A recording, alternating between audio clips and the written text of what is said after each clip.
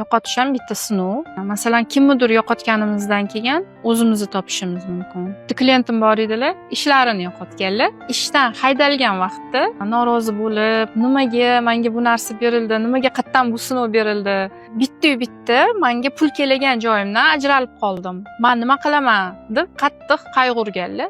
Ozginadan keyin vaqt o'tgandan keyin undan zo'r joyga, undan 3-4 barobar katta maoshli ishga chaqirishgan, taklif qilishgan. Faqat o'shandagina bilganlar, o'sha vaqtdagi yo'qotish bekorga emas ekan, o'sish uchun ekan. Ish yo'qotganda undan yaxshisini topamiz. Biz o'samiz. Yo'qotish bu yo'nalishni o'zgartirishda. Yo'qotdingizmi, demak yo'nalish o'zgaradi. Undan yaxshiroq keladi. Faqat qo'yib yuborish kerak. Biz yo'qotganimizda o'zimizga savol berishimiz kerak.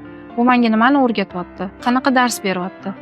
Har bitta Alloh taolo tomonidan berilgan bu vaziyatda, sinovda bizga bitta eshik yopiladi, lekin ikkinchisi ochilishini esdan chiqarishimiz kerak emas.